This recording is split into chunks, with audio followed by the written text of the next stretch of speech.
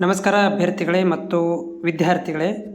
ಕೆ.ಇ ವತಿಯಿಂದ 2025ನೇ ಸಾಲಿಗೆ ಯಾರೆಲ್ಲ ಅಭ್ಯರ್ಥಿಗಳು ಈ MSc ನರ್ಸಿಂಗ್ ಇರ್ಬೋದು, ಆಮೇಲೆ MSc allied science, MSc allied science ಒಳಗಡೆ MSc MLT ಇರ್ಬೋದು, MSc OT ಇರ್ಬೋದು, MSc ಡಯಾಲಿಸಿಸ್ ಕೋರ್ಸ್ಗಳನ್ನು ಗೌರ್ಮೆಂಟ್ ಅಪ್ಲಿಕೇಶನ್ ಹಾಕಿರುವಂಥ ಅಭ್ಯರ್ಥಿಗಳು ಯಾರೆಲ್ಲ ಇದ್ದೀರಿ ಅವರುಗಳಿಗೆ ಈಗಾಗಲೇ ಏನಾಗಿದೆ ಅಂತಂದರೆ ಕೆ.ಇ ವತಿಯಿಂದ ಒಂದು ಫಸ್ಟ್ ರೌಂಡ್ ಕೌನ್ಸ್ಲಿಂಗ್ ಪ್ರಕ್ರಿಯೆ ನಡೀತಾ ಇದೆ.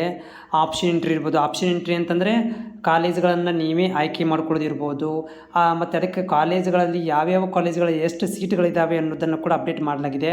ಆಪ್ಷನ್ ಎಂಟ್ರಿ ಲಿಂಕನ್ನು ಕೂಡ ಕೊಡಲಾಗಿದೆ. ಅಂದರೆ ಆಪ್ಷನ್ ಎಂಟ್ರಿ ಲಿಂಕ್ ಅಂದ್ರೆ ಏನು, ನಿಮ್ಗೆ ಎಷ್ಟು ಬೇಕಷ್ಟು ಕಾಲೇಜುಗಳನ್ನು ಯಾವುದು ಬೇಕು, ಗೌರ್ಮೆಂಟ್ ಬೇಕು, ಪ್ರೈವೇಟ್ ಕಾಲೇಜುಗಳು ಬೇಕು ಅನ್ನೋದನ್ನು ಕೂಡ ಏನು ಮಾಡಿದ್ದಾರೆ ಅಂದರೆ ಲಿಂಕನ್ನು ಅಪ್ಡೇಟ್ ಮಾಡಿದ್ದಾರೆ. ಅದರ ಜೊತೆಗೆ ಏನಪ್ಪ ಅಂತಂದರೆ ಎಲ್ಲ ಒಂದು ಗೈಡ್ಲೈನ್ಸ್ಗಳನ್ನು ಕೂಡ ರಿಲೀಸ್ ಮಾಡಿದ್ದಾರೆ. ಅಭ್ಯರ್ಥಿಗಳು ಈ ಒಂದು ಅಫಿಷಿಯಲ್ ವೆಬ್ಸೈಟಿಗೆ ಬಂದು ಎಲ್ಲಿ ಹೋಗಬೇಕಂದ್ರೆ ತೋರಿಸ್ತೀನಿ ನಿಮಗೆ. ಇಲ್ಲಿ ಬಂದು ಕ್ಲಿಕ್ ಮಾಡಿ ಅಡ್ಮಿಷನ್ ಪ್ರಕ್ರಿಯೆಗೆ ಬನ್ನಿ. ಇಲ್ಲಿ ನಿಮ್ಗೆ MSc nursing, MPT, MSc EHS ಅಂತ ಇರುತ್ತೆ. ಕ್ಲಿಕ್ ಮಾಡ್ಕೊಳ್ರಿ. ಕ್ಲಿಕ್ ಮಾಡಿದ ಮೇಲೆ ನಿಮ್ಗೆ ಇಲ್ಲಿ ಲಿಂಕ್ ಸಿಗುತ್ತೆ. ಡಿಫ್ರೆಂಟ್ ಆದಂಥ ಒಂದು ಮೊದಲನೇ ಸುತ್ತಿನ ಆಪ್ಷನ್ ಎಂಟ್ರಿ ಲಿಂಕ್ ಇದೆ, ಸೀಟ್ ಮ್ಯಾಟ್ರಿಕ್ಸ್ ಇದೆ, ಅಂದರೆ ಯಾವ ಕಾಲೇಜುಗಳಲ್ಲಿ ಎಷ್ಟು ಸೀಟ್ ಇದಾವೆ ಅದನ್ನು ಕೊಟ್ಟಿದ್ದಾರೆ. ಜೊತೆಗೆ ವೇಳಾಪಟ್ಟಿಯನ್ನು ಕೂಡ ಬಿಡುಗಡೆ ಮಾಡಿದ್ದಾರೆ. ಸೊ ವೇಳಾಪಟ್ಟಿ ಅಂತ ಹೇಳೋದಾದರೆ, ಸೊ ಈಗಾಗಲೇ ಇದು 10ನೇ ತಾರೀಕಿಗೆ ರಿಲೀಸ್ ಆಗಿರುವಂಥ ವೇಳಾಪಟ್ಟಿ 2 ಡೇಸ್ ಆಯಿತು ಬಂದು. ಮೊದಲನೇ ಸುತ್ತಿನ ಒಂದು ಸೀಟ್ ಹಂಚಿಕೆ ವೇಳಾಪಟ್ಟಿ ಅಂತ ಬಿಡುಗಡೆ ಮಾಡಿದ್ದಾರೆ.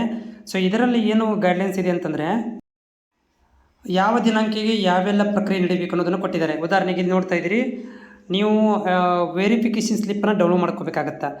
ಅಪ್ಲಿಕೇಶನ್ ಹಾಕಿರುವಂಥವ್ರು ವೆರಿಫಿಕೇಷನ್ ಸ್ಲಿಪ್ ಕೊಡಿದ್ರೆ ಲಾಗಿನ್ ಮಾಡಿಕೊಂಡು ವೆರಿಫಿಕೇಷನ್ ಸ್ಲಿಪ್ ಬರುತ್ತೆ. ಅದರಲ್ಲಿ ಸೀಕ್ರೆಟ್ ಕೀ, ಪಾಸ್ವರ್ಡ್ ಅಂತ ಇರ್ತವೆ, ಅದು ನಿಮಗೆ ಡೌನ್ಲೋಡ್ ಆಗುತ್ತೆ. ಅದನ್ನು ತೊಗೊಂಡು ನೀವು ಆಪ್ಷನ್ ಎಂಟ್ರಿ ಮಾಡಬೇಕಾಗತ್ತೆ. ಇದಕ್ಕೆ ನೀವು 9ನೇ ತಾರೀಕಿಂದ ನಂತರ ನೀವು ಡೌನ್ಲೋಡ್ ಮಾಡ್ಕೋಬೋದು. ಅಂದರೆ ಈಗಾಗಲೇ ನೀವು ಇವತ್ತು ಮಾಡ್ಬೋದು, ಅಪ್ ಟು ಆಪ್ಷನ್ ಎಂಟ್ರಿ ತನಕ ಮಾಡ್ಬೋದು. ಆಮೇಲೆ ಕಾಲೇಜುಗಳನ್ನು ಆಯ್ಕೆ ಮಾಡ್ಕೊಳ್ಳಿಕ್ಕೆ ನಿಮಗೆ 10ರಿಂದ 14ನೇ ತಾರೀಕು ತನಕ ಕೊಟ್ಟಿದ್ದಾರೆ. 10ನೇ ತಾರೀಕಿಂದ 14 ತಾರೀಕು. ಆಮೇಲೆ ಮೂಕ್ ರಿಸಲ್ಟನ್ನು 14ನೇ ತಾರೀಕಿಗೆ ಬರುತ್ತೆ ನಿಮಗೆ. ಆದ ನಂತರ ಫೈನಲ್ ರಿಸಲ್ಟ್, ಅದಕ್ಕಿಂತ ಮೊದಲು ನೀವೇನಾದರೂ ಬದಲಾವಣೆ ಮಾಡ್ಕೋಬೇಕಿತ್ತು. ಅಂದರೆ ಈಗ ಮೂಕಲ್ಲಿ ಸಿಕ್ಕಿರುವಂಥ ಕಾಲೇಜ್ ಇಷ್ಟ ಆಗಿಲ್ಲ ಅಥವಾ ಕಾಲೇಜೇ ಸಿಕ್ಕಿಲ್ಲ ನಿಮಗೆ, ಆವಾಗ ನೀವೇನು ಮಾಡ್ಬೋದು, ಮತ್ತು 14ರಿಂದ 15ನೇ ತಾರೀಕು ತನಕ ಕಾಲೇಜುಗಳನ್ನು ಆಯ್ಕೆ ಮಾಡ್ಕೊಳ್ಬೋದು.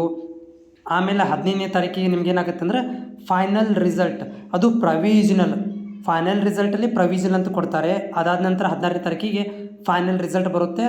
ಬಂದ ನಂತರ ನಿಮ್ಗೆ ಏನು ಮಾಡ್ತಾರೆ 14ನೇ ತಾರೀಕಿಂದ ಮತ್ತು ನಿಮಗೆ ಈ 17ನೇ ತಾರೀಕು ತನಕ ನಿಮಗೆ ಚಾಯ್ಸ್ 1 ಚಾಯ್ಸ್ 2, ಅಂದರೆ ಇಲ್ಲಿ ಕೂಡ ಚಾಯ್ಸ್ 1 ಚಾಯ್ಸ್ 2 ಅದಾವೆ ರೀ. ಅಂದರೆ ನಿಮ್ಗೆ ಚಾಯ್ಸ್ಗಳನ್ನು ಎಂಟ್ರಿ ಮಾಡ್ಬೋದು. ಚಾಯ್ಸ್ ಅಂದರೆ ಹೆಂಗೆ, ಸಿಕ್ಕಿರುವಂಥ ಸೀಟನ್ನು ಹೋಲ್ಡಲ್ಲಿ ಇಡ್ಬೋದು, ಸಿಕ್ಕಿರುವಂಥ ಸೀಟನ್ನು ಕ್ಯಾನ್ಸಲ್ ಮಾಡ್ಬೋದು. ಈ ರೀತಿಯಾಗಿ ಚಾಯ್ಸ್ 1 ಚಾಯ್ಸ್ 2 ಅಂತ ಕೊಟ್ಟಿದ್ದಾರೆ. ಆ ಒಂದು ಚಾಯ್ಸ್ 1 ಚಾಯ್ಸ್ 2 ಆಯ್ಕೆ ಮಾಡ್ಕೊಳ್ಳಿಕ್ಕೆ 16ರಿಂದ 17, ಆಮೇಲೆ 18ನೇ ತಾರೀಕಿಗೆ ಹೋಗಿ ಅಡ್ಮಿಷನ್ ಆಗಲಿಕ್ಕೆ ಟೈಮನ್ನು ಕೊಟ್ಟಿರುವಂಥದ್ದು. ಇದು ಸ್ಕೆಡ್ಯೂಲನ್ನು ರಿಲೀಸ್ ಮಾಡಿದ್ದಾರೆ. ಇದ್ರ ತಕ್ಕಂಗೆ ಏನಾಗುತ್ತೆ ಅಂದರೆ ನಿಮಗೆ ಕೌನ್ಸಿಲಿಂಗ್ ಪ್ರಕ್ರಿಯೆ ನಡೀತಿದೆ.